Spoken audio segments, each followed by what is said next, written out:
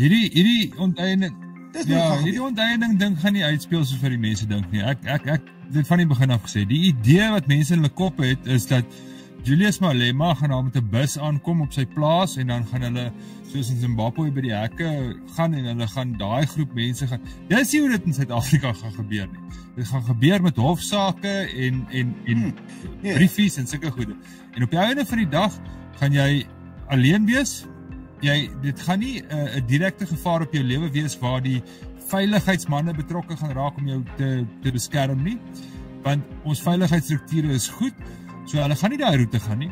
Hulle gaan jou met 'n hof proses of met 'n regsproses knyp. Jy gaan alleen staan, dit gaan grond wees, hulle gaan begin met grond wat in elk geval dalk nou nie iets op het nie, so die res van die mense gaan nie betrokke raak in 'n ou se saak oor 'n stuk grond wat dalk nou daar in die dorp lê nie, en dis hoe hulle daai grond gaan vat, en niemand gaan iets daaraan doen nie.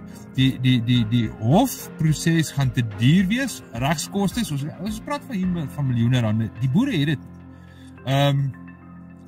Ek is seker van die burgerregteorganisasies en landbouorganisasies sal dalk met die eerste hofsaake betrokke wees, maar daarna gaan hulle ook een kant toe staan, en daai boere, ons boere gaan op hulle eie wees.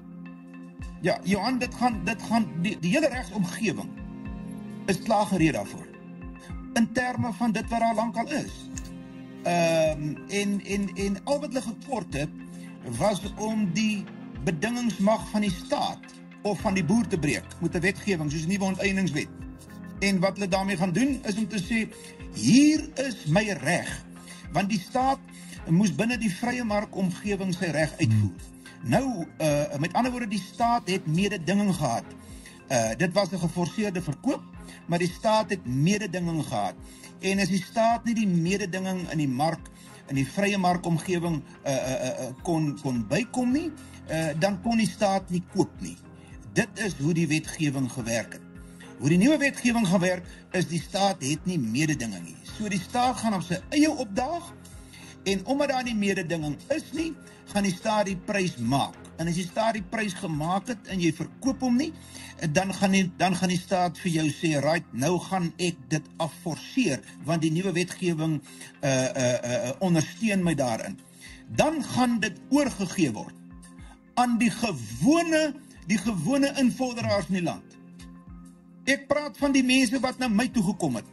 Die man wat na my toe gekom het, gaan 'n brief kry, die landbank of die handelsbanke gaan hom aanstel en sê, luister, ek het 'n brief gekry van die regering af, hulle gaan Gert en Harry Smit se grond vat, en die proses van onteiening het op Gert se grond begin.